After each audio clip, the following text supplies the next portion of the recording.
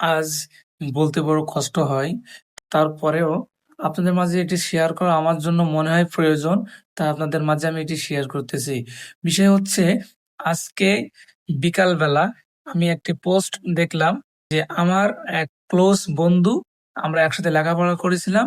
সে ফেসবুকে একটি পোস্ট করলো যে সে আহত অবস্থায় তাকে বেডে রাখা অবস্থায় একটা ছবি দিয়ে পোস্ট করে লিখে দিছে উপরে যে আজ চাঁদাবাজিদের বিরুদ্ধে কথা বলায় তাকে সন্ত্রাসীরা আক্রমণ করলো।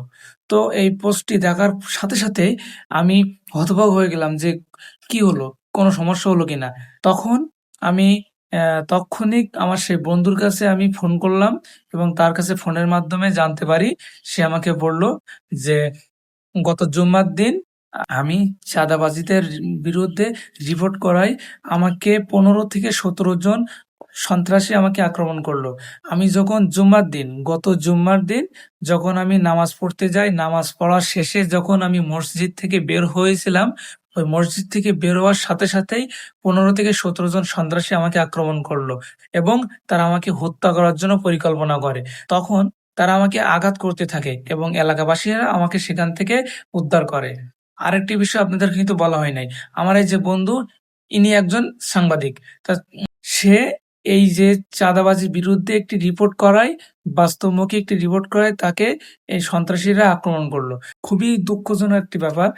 চাঁদাবাজিদের বিরুদ্ধে একটি রিপোর্ট লেখার কারণে তাকে হত্যা করা হচ্ছে। সে কোন এক জগতে আমরা চলে আসলাম। আপনিও একজন মুসলমান, আমিও কিন্তু একজন মুসলমান। আপনি যদি সোজা হয়ে দাঁড়ান, আমিও যদি সোজা হয়ে দাঁড়াই, সন্ত্রাসীরা কিন্তু আমাদের থেকে পালিয়ে যাবে।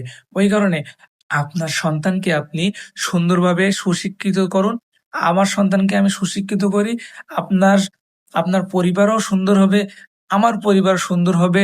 এরকম সন্ত্রাসী যাতে না তৈরি হয়, সেই দিক দিয়ে আমাদের সন্তানদেরকে আমরা ভালোভাবে লালন পালন করব। আজ দেখুন, এই যে সন্ত্রাসীরা আক্রমণ করলো, এই সন্ত্রাসীরা কারা? তারাও কিন্তু মুসলমান। আপনিও মুসলমান, আমিও মুসলমান। যারাই আক্রমণ করতেছে, যারা চাঁদাবাজি করতেছে, তারাও কিন্তু মুসলমান। কিন্তু তারা কেন এই খারাপ কাজগুলো করতেছে জানেন? আমার মনে হয় না, বাট এটি সত্যই যে এটাই হয়, যে তাদের ভিতরে ইসলামিক জ্ঞান তাদের ভিতরে নাই। ইসলামিক ভিতরে যে আযাবের কথাগুলো বলা হয়েছে তাদের সেন্সে নাই। ইসলামের ভিতরে ভালো কাজ করলে কি ফলাফল পাওয়া যাবে সেটিও তাদের ধারণার ভিতরে নাই। যার কারণে তারা এই ধরনের অত্যাচার করে, অন্যায় করে থাকে। ওই কারণে আমরা আমাদের আপনজনদেরকে অবশ্যই সুশিক্ষিত করব, ইসলামী শিক্ষায় শিক্ষিত করব। যাতে তারা সন্ত্রাসী, চাঁদাবাজ, লুটতরাজ না হয়। তারা যেন একজন আল্লাহওয়ালা হয়ে থাকে, আল্লাহর জন্য কাজ করতে পারে এবং মানুষদেরকে আল্লাহর পথে চালানোর জন্য চেষ্টা চালাতে পারে। আমার এই কথাটি হয়তো আমার সেই বন্ধুর কাছে চলে যাবে বা তাদের কাছেও চলে যাবে। তো আমি কামনা করব যে যারা খারাপ কাজ করেন, যারা এইসব কাজে জড়িত থাকেন, তারা এখান থেকে ফিরে আসেন ভাই। আপনিও মুসলমান, আমিও ভাই মুসলমান। আপনিও দিন শেষে জান্নাতে যাবেন, আমিও দিন শেষে জান্নাতে যাব। আমার খারাপ কাজ করার জন্য দিন শেষে কিন্তু আমি জাহান্নামে চলে যাব। আপনার খারাপ কাজ করার জন্য দিন শেষে কিন্তু আপনি জাহান্নামে চলে যাবেন।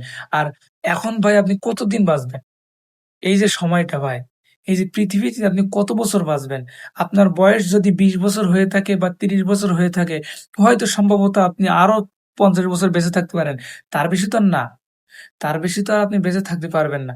তো ভাই, এই যে দুনিয়ায় যে সামান্য একটি সময়, এই সময়কে আপনি গুরুত্ব দিন। এই সময়টাকে আপনি হেলায় কাটিয়ে দিয়েন না। এই সময়টিকে আপনি রাজত্ব করার চেষ্টা করেন না। আমার জন্য আল্লাহ তাআলা চিরস্থায়ী দিন, চিরস্থায়ী জাহান্নাম, চিরস্থায়ী জান্নাত আমাদের জন্য দিয়েছেন। ওইজন্য দুনিয়ায় যতদিন আমরা বেঁচে থাকবো, ভালো কাজ করার চেষ্টা করব।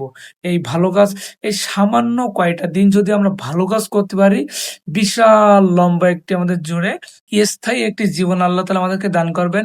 জান্নাতের ভিতরে স্থায়ী সুন্দর একটি আমাদের জীবন দান করবেন। যেখানে গেলে আমরা দুনিয়ার কথাই ভুলে যাব। দুনিয়ার অস্তিত্ব আমাদের মাথার ভিতরে থাকবে না। ভাই, এই জান্নাত আল্লাহ তাআলা আমাদের জন্য সৃষ্টি করেছেন। আমাদের জন্যই আল্লাহ তাআলা জান্নাত জান্নাত সৃষ্টি করেছেন। তাই আল্লাহ তাআলা দুনিয়ায় যতদিন আমাদেরকে রেখেছেন, সামান্য কিছু পরীক্ষার জন্য আমাদেরকে রেখেছেন। তো এই পরীক্ষায় ভাই আপনি আর আমি কেন ফেল করব? আল্লাহ আমাদেরকে বলে দিয়েছেন, "তুমি বান্দা এই কাজটি করলে তুমি ফেল করবে, এই কাজটি করলে তুমি পাস করবে।" তো ভাই আপনার আমার চেষ্টা, আমাদের নিজেদের বিবেক খাটিয়ে দেখুন, সেন্স দিয়ে আপনি দেখুন। আপনি আপনার বিবেককে জাগ্রত করুন যে আপনি যে কাজটি করতেছেন আসলে এটি কি সত্যি হচ্ছে? এটা কি আমাদের জন্য ভালো হচ্ছে? যতদিন বেঁচে থাকি যেন আমরা ভালো কাজগুলো করে থাকি।